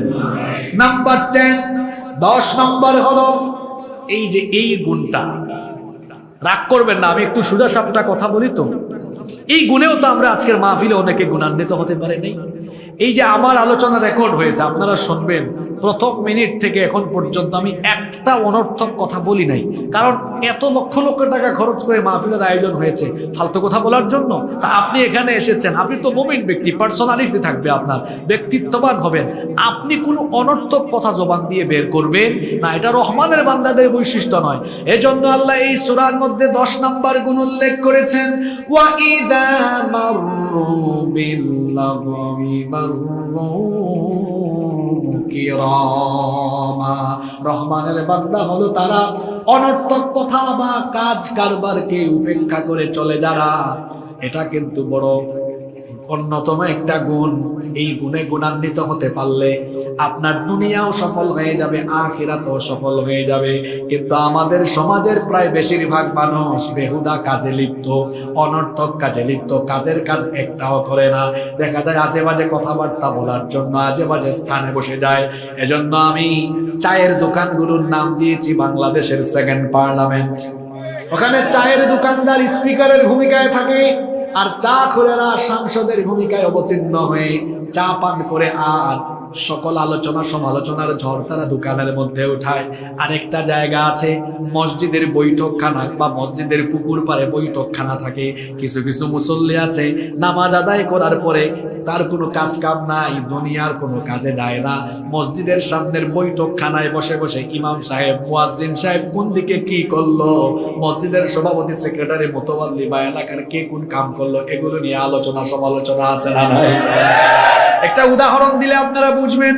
পরীক্ষার হলে, এই যে এখন এসএসসি পরীক্ষা চলছে, পরীক্ষার হলে ভালো ছাত্র যখন সকাল 10টায় হলে ঢুকে প্রশ্নপত্র হাতে পাওয়ার পরে সে সামনে তাকায় না, পিছনে তাকায় না, ডানে বামে কাউকে গুতাগুতি করে না, কাউকে জিজ্ঞেস করে না আমাকে এটা বলে দে, বরং প্রশ্ন পাওয়ার পরে ঘড়িটা সামনে নিয়ে ঘড়ি দেখে দেখে লিখতে থাকে। কারণ সে জানে তার সময় হলো 3 ঘন্টা। প্রত্যেকটা মুহূর্তকে কাজে লাগায়। সামনে পিছে ডানে বামে তাকানোর তার যেমন সময় নাই, তার সামনে পিছনে ডানে বামে তাকানোর যেমন কোনো প্রয়োজন নাই, ঠিক তেমনি মোমেন বান্দারা, আল্লাহর প্রিয় বান্দারা দুনিয়াতে সামনে পিছনে ডানে বামে কত বেহুদা কথাবার্তা কাজকর্ম হচ্ছে, এগুলো দেখা বা শোনার তাদের টাইম নাই। ভালো ছাত্র যেমন 3 ঘন্টা শুধু লিখে, ঠিক তেমনি ভাবে মোমেন বান্দারা, আল্লাহর বান্দারা, রহমানের বান্দারাও মরার আগ পর্যন্ত নেক আমলের প্রতিযোগিতা করে। কিন্তু এখন আমরা বেহুদা টাইম নষ্ট করি ফেসবুকে, আর ফেসবুকের নাম আমি দিয়েছি গীবত বুক, চুগলখুরি বুক, এটার নাম দিয়েছি আমি বিতর্ক বুক, ফেসবুকের নাম আমি দিয়েছি অনর্থক সময় নষ্ট করার বুক। এই ফেসবুকে যত কম থাকবেন ততই ভালো। অনেকে দেখবেন ফেসবুকে বেশি বেশি সময় নষ্ট করে ফটো আপলোড করছে, সারাদিন কমেন্টের রিপ্লাই দিচ্ছে, সারাদিন এর সাথে ওর সাথে ঝগড়া করছে। এই ক্ষেত্রে আমাদের আলেমরাও কিন্তু পিছায়া নাই, আছে না নাই? এই যে গত কয়েকদিন ধরে দেখছি আর বড় কষ্ট পাচ্ছি। মেয়ারে হক, সত্যের মাপকাঠি কে?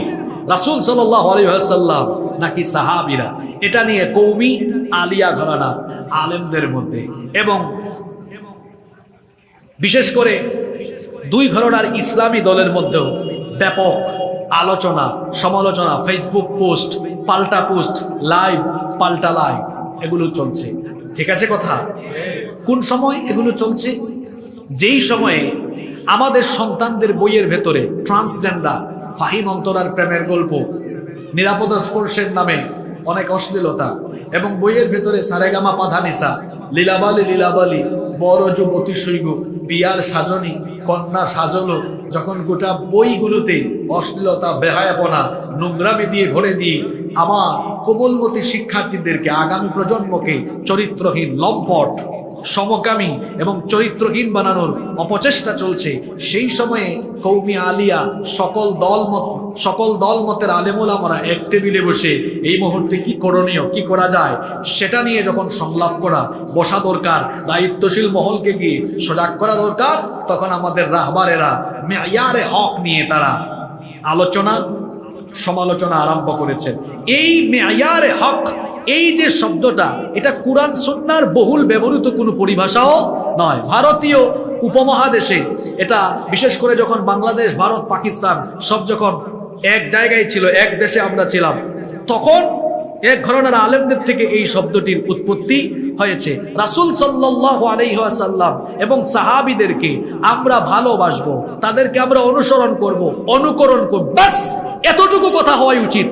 আমরা এগুলো নিয়ে আলোচনা সমালোচনা বা নতুন নতুন শব্দের উৎপত্তি ঘটিয়ে জনমনে সাধারণ মানুষের মধ্যে বিভিন্ন ধরনের ফিতনার সৃষ্টি যদি আমরা করি, তাহলে আলেমদের প্রতি মানুষের আস্থা, বিশ্বাস, সম্মান, মর্যাদা দিন দিন কমে যাবে। যদি এগুলো কথা বলা প্রয়োজনই হয়, তাহলে পর্দার অন্তরালে নিজেরা বসে আলোচনা করা যায়। এই যে ফেসবুকে এই শব্দগুলো বলছেন, এই যে আমার সামনেও যারা আছে, এদের মধ্যে 99% মানুষ হয়তো এই শব্দটা অনেকে নতুন শুনেছে, বা শুনলেও অনেকে এই শব্দের আগাও বুঝে না, মাথাও বুঝে না। এগুলো তো একাডেমিক কিছু শব্দ, এই শব্দগুলো নিয়ে তো বসে আলোচনা করা যায় নিজেরা নিজেদের মধ্যে। এগুলো তো জনগণে বা মানুষের সামনে পাবলিক সাইটে এনে ফিতনার মধ্যে আরো ফিতনা লাগানো উচিত নয়। উচিত ছিল উম্মতকে এক রাখা। এমনিতেই উম্মতের ঘরে আগুন জ্বলছে, উচিত ছিল সবাইকে পানি নিয়ে এগিয়ে এসে উম্মতের ঘরের আগুন নিভিয়ে ঠান্ডা করে উম্মতকে একত্রিত করা। কিন্তু হায় হায় হায়, আগুন নিভাবে কারা?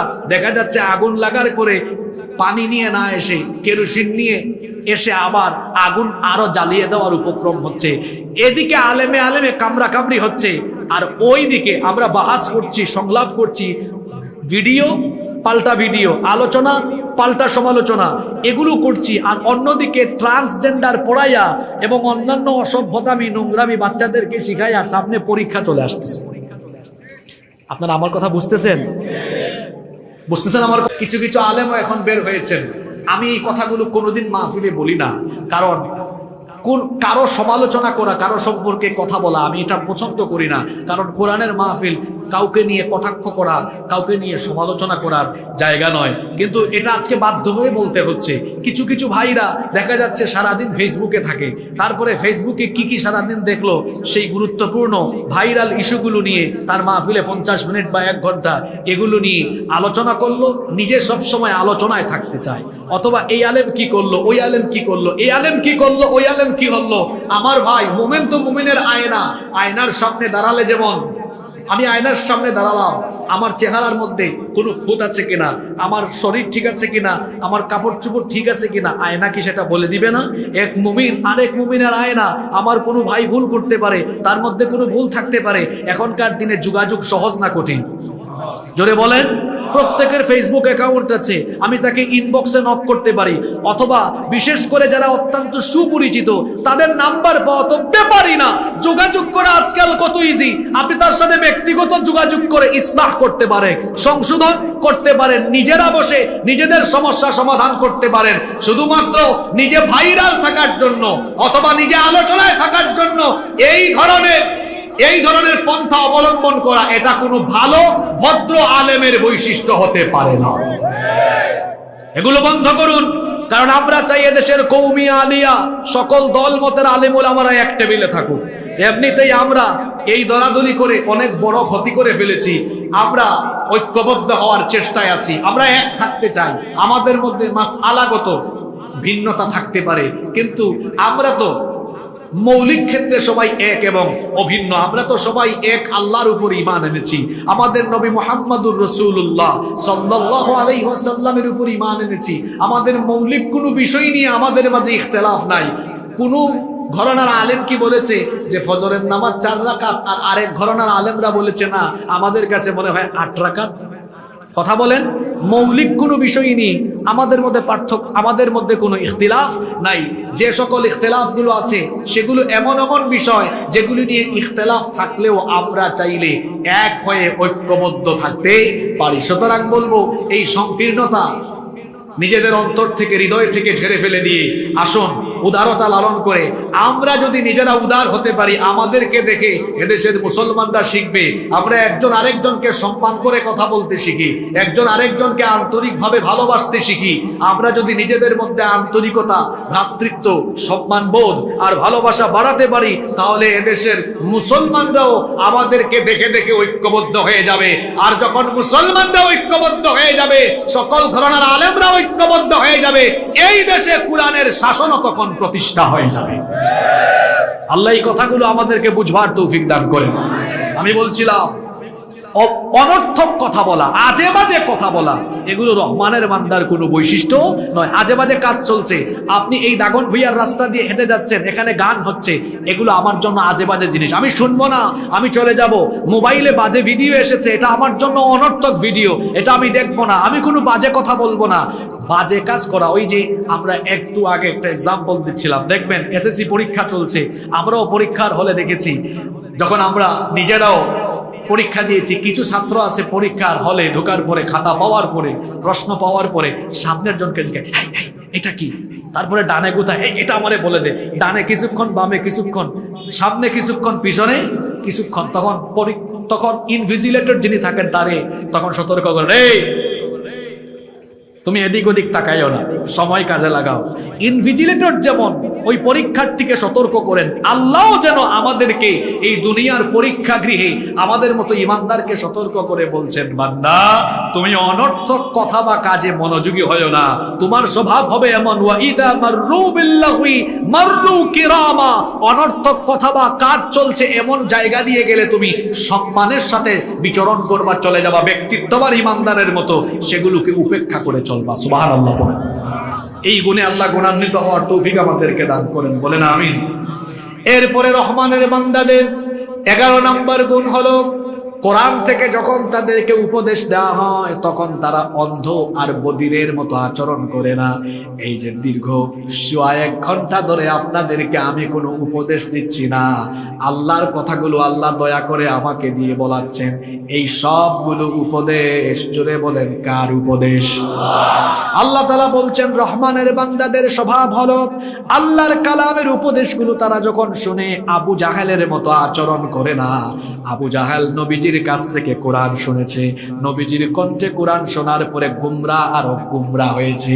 আমাদের সমাজেও আবু জেহেলীয় চরিত্রের বহু মানুষ আছে যারা কোরআনের উপদেশ শোনার সময় তারা দিলের কান দিয়ে শোনে না, শুনে এক কান দিয়ে বের করে দেয় আরেক কান দিয়ে।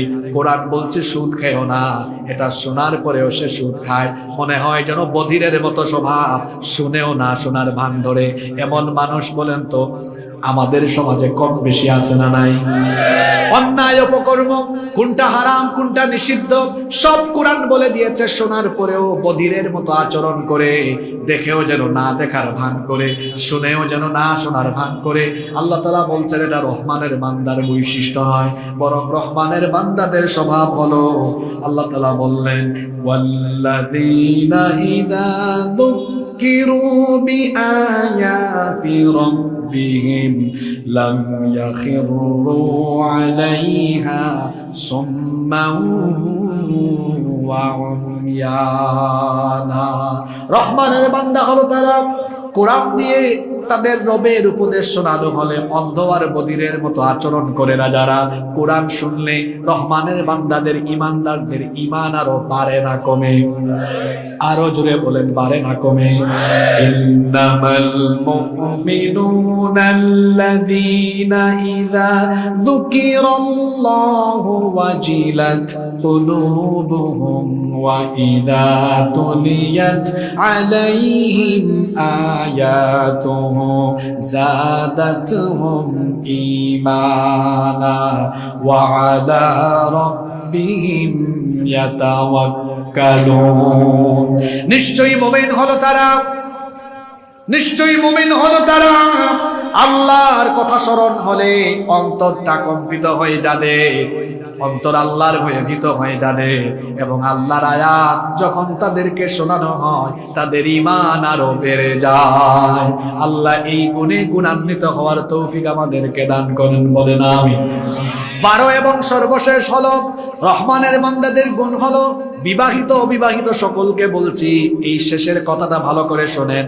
কথায় আছে শেষ ভালো যার সব ভালো তার। রহমানের বান্দারা তাদের আহাল, তাদের পরিবার, স্ত্রী সন্তানদেরকে তারা চক্ষু শীতলকারী দেখতে চায়, পরহেজগার মুত্তাকি দেখতে চায়। এজন্য তারা তাদের স্ত্রী সন্তানদের জন্য আল্লাহর কাছে দোয়া করে। তারা বলে ওয়াল্লাযীনা ইয়াকুলুনা রাব্বানা হাব লানা মিন আজওয়াজিনা ওয়া যুররিয়াতিনা কুররাতা আ'য়ুনিন ওয়াজআলনা লিল মুত্তাকিনা ইমামা।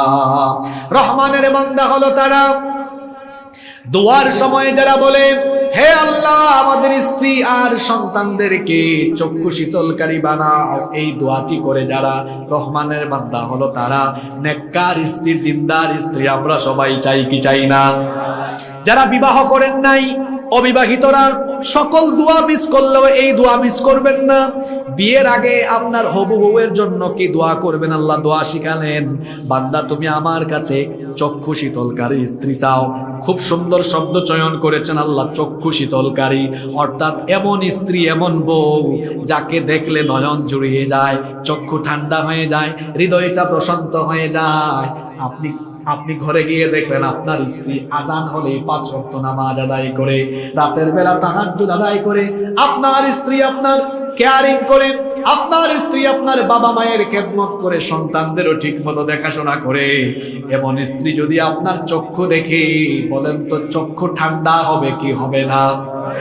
আর যদি ঘরের মধ্যে গিয়ে দেখেন বউ সারাদিন টাপুর টুপুর নিয়ে ভারতীয় সিরিয়াল নিয়ে পড়ে থাকে, মা বাবাকেও দেখাশোনা করে না, আপনারও কোনো কথা শুনে না, নামাজিও হয় না, এমন বউ দেখলে দেখবেন অন্তরের মধ্যে সব সময় একটা অশান্তি ভাব আসে।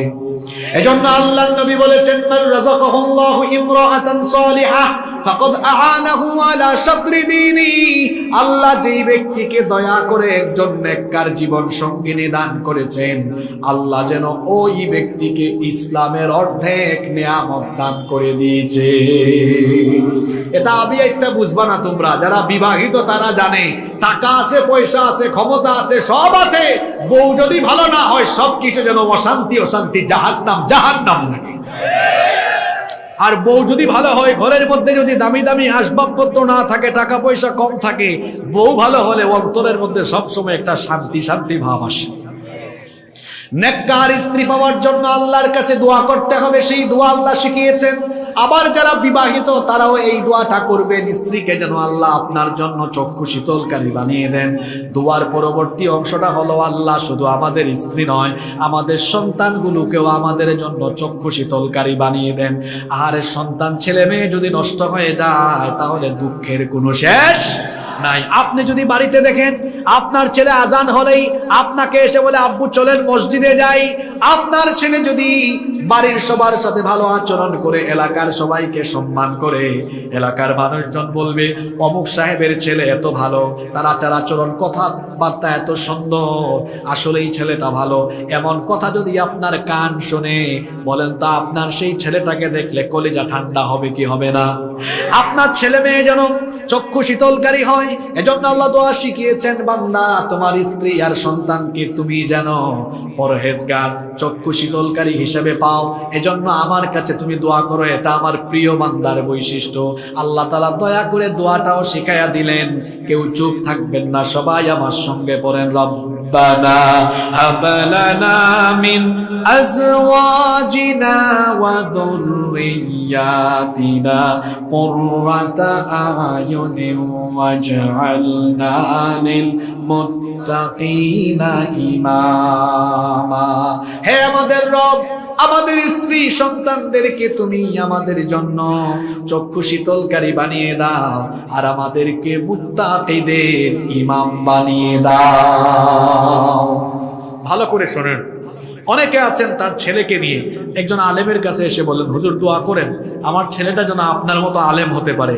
বাবা, আপনার স্বপ্ন এত ছোট কেন? আপনার ছেলে অমুক আলেমের মতো, তমুক আলেমের মতো আলেম হবে কেন? আল্লাহ এত বড় স্বপ্ন দেখালেন, এত সুন্দর দোয়া শিখালেন। আল্লাহ বলছেন তুমি দোয়া করো তোমার স্ত্রী সন্তান যেন মুত্তাকিদের ইমাম হয়। কাদের ইমাম? আম জনতার ইমাম না মুত্তাকিদের ইমাম?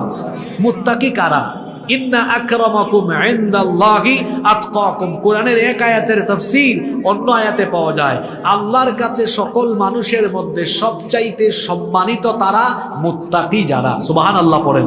তাহলে আল্লাহ দোয়া শিখাচ্ছেন তোমার ছেলেকে অমুক তমুকের মতো বানাবা কেন, তোমার মেয়ে অমুক তমুকের মতো হবে কেন, আমি তোমাকে বড় স্বপ্ন দেখাচ্ছি, সুন্দর দোয়া শেখাচ্ছি, তুমি দোয়া করো আল্লাহ যেন তোমার সন্তানকে তামাম দুনিয়ার মুত্তাকিদের ইমাম বানান।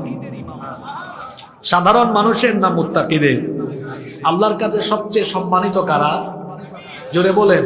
মানে আল্লাহর প্রিয় বান্দাদের লিডার, প্রিয় বান্দাদের নেতা। তাইলে মুত্তাকিদের ইমাম যে হবে সে কি বেশি মুত্তাকি না কম মুত্তাকি? আরো বেশি মুত্তাকি। তাহলে আর কোনোদিন কোনো হুজুরের কাছে গিয়া বললেন না হুজুর ঝাড়ফুঁক করে দেন, মাথায় হাত বুলায় দেন, আপনার মতো যেন হতে পারে। 5 ওয়াক্ত নামাজে এই দোয়াটা পড়বেন, আল্লাহ আমার স্ত্রী আমার সন্তানকে নয়ন শীতলকারী বানিয়ে দাও, আর আমাদেরকে গোটা পরিবারের সবাইকে তুমি মুত্তাকিদের ইমাম বানিয়ে দাও। বলেন আমিন। এখানে কয়টা গুণের কথা আমরা বললাম? আপনারা হচ্ছেন আজকের মাহফিলের রিয়েল শ্রোতা। আমাদের 10% শ্রোতা দেখা যাচ্ছে না। এরা আসছিল দেখি তো হুজুরের চেহারা সুরত কেমন, হুজুরের কণ্ঠ কেমন, হুজুর চিল্লাইতে পারে কেমন। এরা হচ্ছে ওই জাতের। ওরা হলো এমন শ্রোতা যারা মাহফিলে হেদায়েতের নিয়তে আসে না। আপনারা যারা এতক্ষণ ছিলেন আপনারা অ্যাক্টিভ আসল শ্রোতা। এবার আপনাদের উদ্দেশ্যে মূল কথাটা বলে দেই। এই যে 12টি গুণ আল্লাহ এক এক করে বর্ণনা করলেন, এই গুণগুলো যদি আমরা অর্জন করি আমাদের ফায়দা কি হবে, আমাদের বেনিফিট কি হবে, এবার সেই বেনিফিটের কথা আল্লাহ শোনাচ্ছেন। আল্লাহ তাআলা বলছেন এই গুণগুলোতে তোমরা যদি গুণান্বিত হতে পারো, উলাইকা ইউজজাউনাল গুরফাতা বিমা সাবারু ওয়া ইউলাক্কাউনা ফিহা তাহিয়াতান ওয়া সালামা খালিদিনা ফিহা হাসুনাত মুস্তাকাররান ওয়া মুকামা। এই গুণগুলোতে গুণান্বিত হবে যারা, চিরস্থায়ী জান্নাতের সুউচ্চ প্রাসাদের সুসংবাদ পাবে তারা। এই গুণগুলো অর্জন করলে জান্নাতের সুউচ্চ প্রাসাদে আমাদেরকে যিনি আবাসস্থল ঠিক করে দিবেন, গলার আওয়াজ বড় করে সবাই বলেন তো তিনি কে? রহমানের বান্দাদের কয়টা গুণ এই সূরার শেষে বলা হয়েছে? এই 12টা গুণ কে বলতে পারবেন? মাশাআল্লাহ মাশাআল্লাহ। ওই সবুজ পাঞ্জাবি ভাই বলুন দেখি, ভাই নীল পাঞ্জাবি না নেভি ব্লু, বলেন তো ভাই। মাশাআল্লাহ বলেন।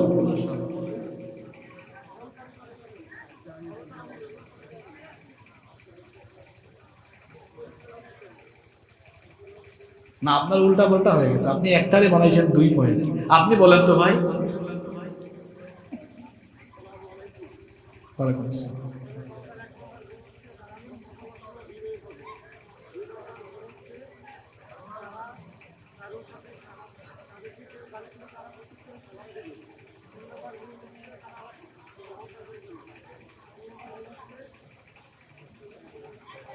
না আপনিও বলতে পারেন, এই তো বলেন না, দেখে বলা যাবে না। আপনারা হাসলেন কেন? আমার এই ভাই সে আমার মতো। এই যে দেখেন আমার সামনে নোট আছে, দেখেছেন নোট কেন আছে? কেন আমি নোট করে কথা বললাম? কারণ আমি 1 ঘন্টা 1.5 ঘন্টা বক্তব্য দিব, আমি আমার পয়েন্টের বাহিরে কথা বলবো না। আমি একটা টপিক ধরবো, শেষ পর্যন্ত ওই টপিকেই কথা বলবো। কিছুক্ষণ ডানে ব্রেক মারবো না, বামে ব্রেক মারবো না, সময় নষ্ট করবো না। আমার এই ভাইকে নিয়ে আপনারা হাসলেন। আমার তো মনে হয় আজকের সবচেয়ে সেরা অ্যাক্টিভ শ্রোতা হলো সে। বলতে পারুক আর না পারুক, সে তো বসে বসে পুরো আলোচনা শুনে পয়েন্টগুলো নোট করে ফেলেছে। এটা একজন ভালো শ্রোতার বৈশিষ্ট্য। আমি জানি আপনারা সবাই পারেন, কিন্তু অনেক মানুষ আছে অনেক জ্ঞানী, দেখবেন আমাদের এলাকায়ও আছে, অনেক জানে কিন্তু মানুষের সামনে দাঁড়াইলে বলতে পারেন। এরকম আছে না? আছে। হয়তো আজকে এরকম মানুষ একটু বেশি, একটু সাহসিকতার অভাবে বলতে পারছে না। আসলে সবই জানে। আমি সহজ করে দিই। 1 নাম্বার, রহমানের বান্দারা ভদ্র না অভদ্র? জোরে বলেন, ভদ্র না অভদ্র? অহংকারী না বিনয়ী? ওই হেলিকপ্টার দেখছেন তো, ড্রোন দেখছেন তো, এই জন্য আপনি পারেন নাই। অ্যাক্টিভ হলে 1 নিঃশ্বাসে বলে ফেলতেন। যারা যদি বলতে পারতেন আজকে কিন্তু হাদিয়া পাইতেন। যাই হোক, কি পারবেন? এতক্ষণ হাত তোলা নাই, মুখস্থ করছেন। আচ্ছা বলেন, ঠিক আছে। মাশাআল্লাহ, সাহস আছে। মাশাআল্লাহ বলেন, সাহস আছে বলেন। কিরকম আগায় আসতে দেখছেন, মানে একদম সিনা টানায়া বলেন মাশাআল্লাহ। তারা অহংকারী হয় না, বদমেজাজি হয় না, তাহাজ্জুদ গুজার হয়, তাহাজ্জুদ গুজার হয় এবং জাহান্নাম থেকে বাঁচার জন্য দোয়া করে, আল্লাহর সাথে কাউকে শিরক করে না, মিথ্যা সাক্ষী দেয় না, সত্যবাদী, তারপরে ছেলে সন্তান চক্ষু শীতলের জন্য দোয়া করে, অনেক কোনো কথা বলে না। আমার ভাই বলে ফেলছে, মাঝখানে ওই যে ভয়ের কারণে এতগুলা মানুষ সামনে, তো মাঝখানে একটা ফালাই আসছে, কি একটা কৃপণ হয় না, দানশীল হয়। হ্যাঁ, তারপরে আরো এক দুইটা মাঝখানে ছুটে গেছে, কোরআন অন্ধ আর বধিরের মতো শোনে না, এই হেদায়েতের উদ্দেশ্যে শোনে। মাশাআল্লাহ, যাই হোক আমার ভাই অন্যদের চেয়ে এগিয়ে আছে, বলেন মাশাআল্লাহ। বসেন, 100তে 100 পাইলে হাদিয়া থাকে, এরকম হবে না। মাশাআল্লাহ। তবে আপনাদের আরো মনোযোগ দিয়ে শোনা উচিত ছিল। আমি এটা আজকের মাহফিলে না, আমি সকল মাহফিলে আলোচনার শেষে মানুষকে প্রশ্ন করে বুঝি, কি বুঝছেন বলেন, সামারি বলেন, পুরো আলোচনার সামারিটা কি। যাই হোক, চলেন আমরা সামারিটা 1 মিনিটে জেনে নেই। রহমানের বান্দারা হয় নম্র, ভদ্র, বিনয়ী। 2 নাম্বার, রহমানের বান্দারা উগ্র হয় না, বদমেজাজি হয় না, বরং তারা হয় সহনশীল। রহমানের বান্দারা কি হয়? সহনশীল। 3 নাম্বার, রহমানের বান্দারা রাতের বেলা তামাশা করে না, সাজদা দেয় কাকে? 4 নাম্বার, রহমানের বান্দারা ইবাদত গুজারি হয়ে অহংকার হয়ে যায় না, আল্লাহর আযাব থেকে বাঁচার জন্য আল্লাহর কাছে কি করে? দোয়া করে। 5 নাম্বার, রহমানের বান্দারা কৃপণও হয় না, অপব্যয়কারীও হয় না, তারা কি হয়? দানশীল। জোরে বলেন, দান করছেন তো সবাই? কারা কারা করছেন দেখে হাত তোলেন তো। যারা করে নাই হয়তো বাড়ি থেকে আসার সময় কিছু নিয়ে আসে নাই, আল্লাহ তাদেরকে আরো বড় দানশীল বানিয়ে দেন। 6 নাম্বার, রহমানের বান্দারা আল্লাহর সাথে কাউকে শরীক করে না। 7 নাম্বার, রহমানের বান্দারা অন্যায়ভাবে মানুষ হত্যা করে না। 8 নাম্বার, রহমানের বান্দারা জিনা বেবিচারের ধারে কাছেও যায় না। 9 নম্বর, রহমানের বান্দারা মিথ্যা সাক্ষ্য দেয় না। 10 নম্বর, রহমানের বান্দারা অনর্থক কথা বা কাজের ধারে কাছেও যায় না। 11 নম্বর, রহমানের বান্দারা কোরআন অন্ধ আর বধিরের মতো শোনে না, শোনে তারা হেদায়াতের উদ্দেশ্যে। 12 নম্বর হলো স্ত্রী, সন্তান আর নিজের গোটা পরিবারকে পরহেজগার হওয়ার জন্য, বিশেষ করে স্ত্রী সন্তানকে চক্ষু শীতলকারী হিসাবে পাওয়ার জন্য দোয়া করে কার কাছে? এই 12টি গুণে যদি আমরা গুণান্বিত হতে পারি, আমাদের জীবন সুন্দর হয়ে যাবে, আমাদের জীবন সফল হয়ে যাবে। দুনিয়াতেও টেনশন থাকবে না, আখিরাতেও কোনো টেনশন থাকবে না ইনশাআল্লাহ। কারণ এই গুণাবলী অর্জনকারীদের জন্য তো দুনিয়ার কোনো হুজুর জান্নাতের সুপারিশ, জান্নাতের ঘোষণা করেন নাই, সুসংবাদ দেন নাই। সরাসরি জান্নাতের ঘোষণা যিনি দিয়ে রেখেছেন, জোরে বলেন তিনি কি? আল্লাহ তাআলা আমাদেরকে এই 12টি গুণে গুণান্বিত হওয়ার তৌফিক দান করেন। আমরা সবাই বলি আমিন।